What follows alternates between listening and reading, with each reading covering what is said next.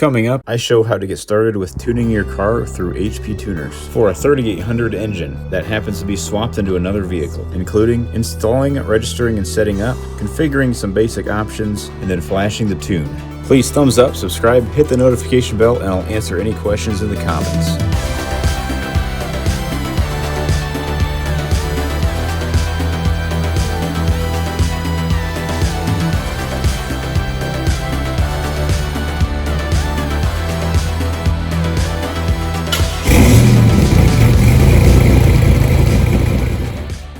I'm going to cover several parts in this video. They're going to be listed in the description and on the screen now. First part, we're going to install and set up HPTuners. Go to HPTuners.com and sign up for an account. If you don't already have HPTuners, then go ahead and buy one of their newest modules. It's called the MPVI 3, and you'll also need at least 2 credits with it in order to program the 3800 computer. For other vehicles, make sure you double check on the website how many credits are required to program each vehicle. I highly recommend getting the Pro option of HPTuners. It's built into the latest MPVI 3, but if you buy a used one, you're going to need an extra cable for the MPVI 2. I have the regular MPVI. All you've got to do is plug in a wire into the side through the screw terminal here. This will allow us to hook up external sensors in order to monitor any sort of tuning parameter that we desire. This is going to be useful for doing a mass airflow calibration tune. It also works well for using an external oxygen or O2 sensor. Once you've created an account, are logged in, and have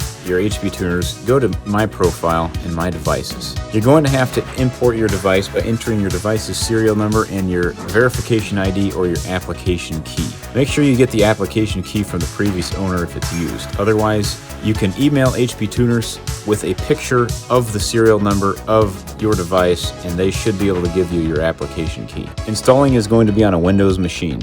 A cheap laptop might work well for you. Now go to their download section, and you can download the latest VCM suite to get started. Also, if you have older MPVI modules, go ahead and download the MPVI drivers as well. Now, wherever it downloaded to, go ahead and open that location, double click on the installation file, click through the boxes, accept, next, and install. You will need administrator access to do this. More updated versions of HPTuners actually lock you out of some old settings that you used to be able to customize. In case you have an older MPVI module like me, you're going to have to also install the extra drivers. Plug it into your computer and it should install this automatically. If it doesn't install correctly, you might want to check by going to your computer icon, right click and press Manage. Go down to Device Manager and you might get a pop-up if you're not an administrator. In this list, there might be something that pops up that says Unknown Device. If that's the case, right-click on the zip file for the drivers and press Extract All and press Next and OK. Then all you're going to do is double-click on the unknown device and press Change Settings. You have to type in the administrator password if you're not an admin. Then go over to Driver Detail and press Install or Update Driver, and click on Browse this computer and find the folder that you just downloaded the drivers to. Hit Next, OK, and Finish, and it should just install. You've successfully installed your MPVI driver if it shows up under your Universal Serial Bus Controller options as HPTuners MPVI Channel A and B. Now that everything is installed, we're going to go to the Start menu and type in VCM Editor. Now, like I said earlier, we're going to find our serial number and our verification code in this software for MPVI 2 controllers. If you have an MPVI 1, then you're going to need to enter your application key into this box instead. Hit Resync Information, and this should go out and register your HPTuners software with this computer. If you're having trouble with this step, you can always contact HPTuners or view their instructions online. Next, we're going to go to our car. My car is a 3800 engine that is swapped into a Pontiac Fiero. I had to do all the custom wiring myself. Check out the link in the description to the 3800 swap instructions for any wiring diagrams. This OBD2 diagram here for the Fiero is set up for the VPW configuration. This step assumes that you have the wiring set up properly to talk over the OBD2 interface. The battery plugged in and the ignition should be on so that your accessory power is enabled. Your car should not be running. Then I like to first plug in the HPTuners MPVI module into my computer and then plug it into the car through the OBD2 port, and it should start talking. In case you've been in here before, make sure that you're not connected using VCM Scanner. So disconnect that first and then go ahead and open up VCM Editor again. Click on the vehicle reader at the top and hit the read button. It should start reading the tune that is currently programmed in your computer. Unplug everything, turn everything off, and turn it all back on again if you start having issues with this stuff. Don't ever unplug something while it's reading or writing. And it should prompt you to save the file to your computer. Go ahead and save it to a location where you can find later. Name it something along the lines of base. We're going to keep this file as is, maybe make an extra backup of this file too, just in case you lose it. Now, if you attempt to change anything in this open file, for example, go to the engine tab and go to supercharger and type in 254 here. If you attempt to save, it will actually ask you to license this car. This is where your credits from earlier come in. Click on the car that you want to license. You can use 2 credits to do this. Pick a different option here if you have the credits to spare, if you like. Once you step through that process, which I'm not going to show because I don't want to blow credits on this video, you might have to go to help and then resync information a few times. Then you should be able to read your car's tune, modify it, and then write it to the car.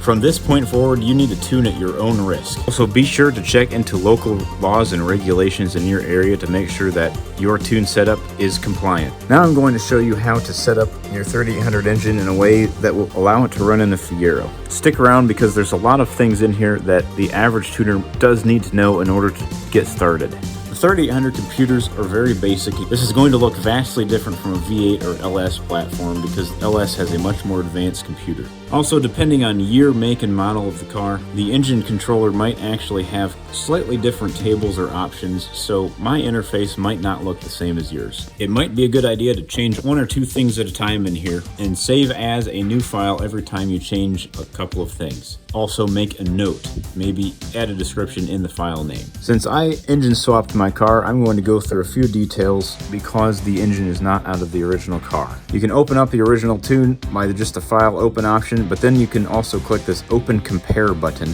and open up a file to compare it to. If there is something that is changed between the two, then it is highlighted in green. I'm looking at 2 different tunes from 2 different cars, one having a ZZP tune in it and one having a factory tune from a totally different engine. So there might be some differences in here that could be ignored. I do not know all the details on everything that they change in a tune, so I'm not going to go through everything. All I'm going to try to do is get your car running and on the road. You can view the Open Tunes parameters by clicking on the blue icon with the table at the top, and then you can view the compare file parameters with the red icon with the table at the top, and then you can view the difference between the two with the third icon with both stars at the top.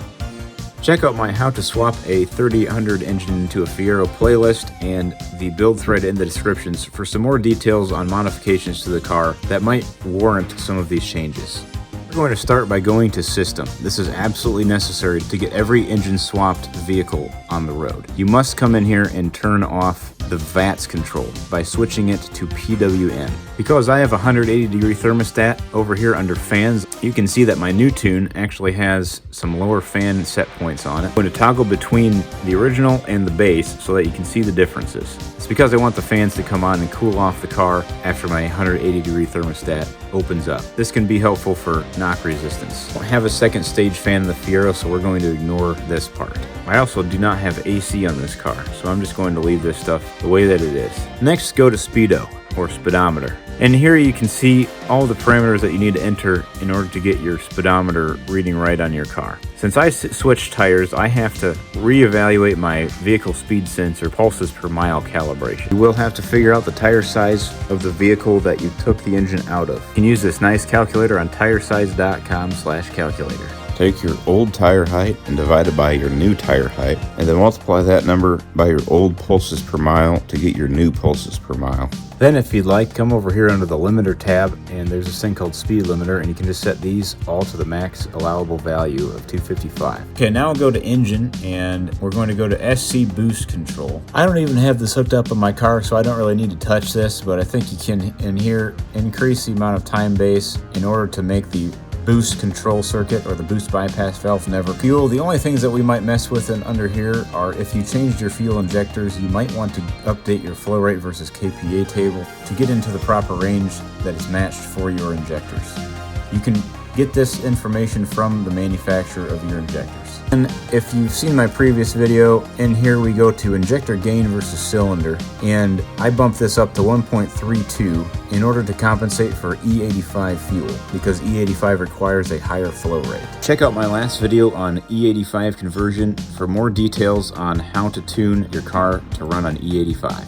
Under fuel oxygen sensors, go ahead and configure this for how your car is set up. I should actually have mine in Y pipe. Here, and under spark and then advanced, you can also increase the maximum allowable miles per hour here too. Also, because the Fiero doesn't have any traction control, again, you're going to have to disable the traction control, taking over and disabling injectors. You do that by going over to the injector disable and just putting a 0 in the box for the number of injectors disabled. Because no injectors are getting disabled, we don't have to touch anything underneath the torque management abuse setting, but you could max some of these values out in order to get the same effect. Next, we're going to disable our supercharger bypass valve in another spot, go under torque management supercharger, and just max out the enable speed box. That way it'll never come on and it'll never bypass your boost. Next, for the engine swap purposes, again, there are some mandatory engine diagnostics codes that we need to turn off depending on your setup. Unfortunately, I can't do a compare here, and I have unchecked my cylinder misfires detected. Not really sure why the person who provided me with this tune set it up this way, but I'm going to leave it as is. Then we have the knock sensors unchecked over here. In a high performance application, knock sensors actually do give you some issues at a very high RPM or with extra vibrations from deleting the balance shaft, so you might want to uncheck these to get your engine light to go away. Some of these boxes are unchecked from the factory on the tune on the right.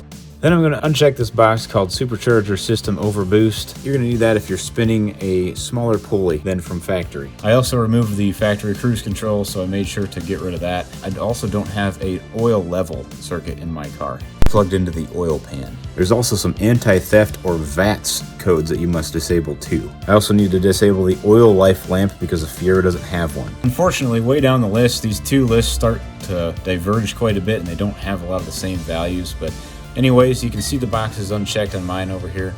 Yours might vary as well. I may not cover everything here. You need to do your own research into all of the codes that you might want to disable. Here I'm just going to scroll down a little bit so you can continue to look at both of the lists. Take note of a couple other things that I have unchecked in this list. I'm not sure if all of them are necessary, but a lot of them may be. The best way to test if you do need it is just program your car with these things and then open up VCM Scanner, click on the diagnostics button, and any engine codes that come up that you know for a fact should not be showing because your car does not apply to them, go ahead and turn them off back in VCM Editor again and then reflash the car. Once you get this stuff done, your car should be pretty much ready to drive.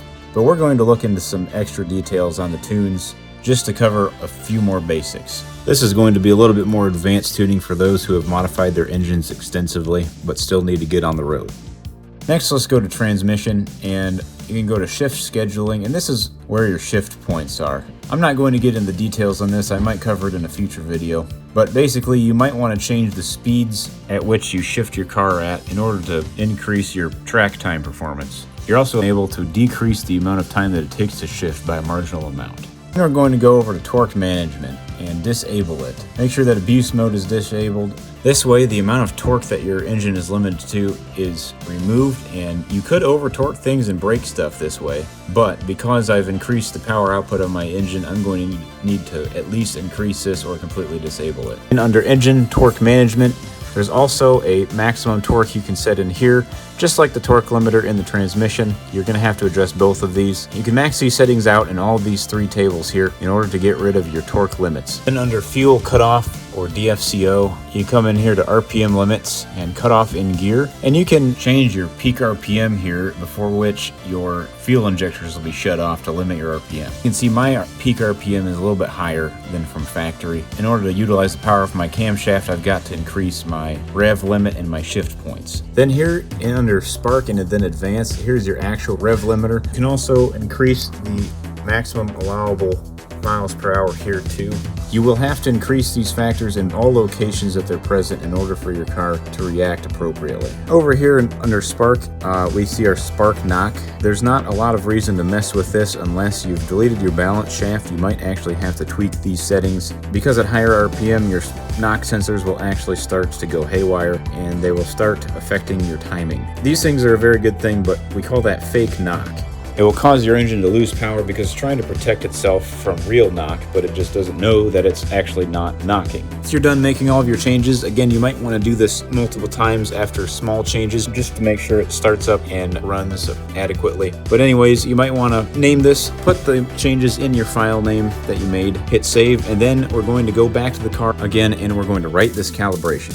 The ignition should be on so that your accessory power is enabled. Your car should not be running. What you got to do under VCM Editor is hit the right vehicle button at the top and it should pop up. We're only going to write calibration. Don't ever flash the entire ECM. You could brick it, and then just press write. This will take a minute or two and you'll hear your fuel pump come on again. Then go ahead and crank it up and your car should start. Next video I'm going to release is going to be how to do a proper tune on your car using the AFR gauge that we installed in the E85 video, including a mass airflow sensor calibration tune and a timing tune. Be sure not to miss that video by subscribing and enabling notifications. And also, if you have any other questions, I'll answer them in the comments.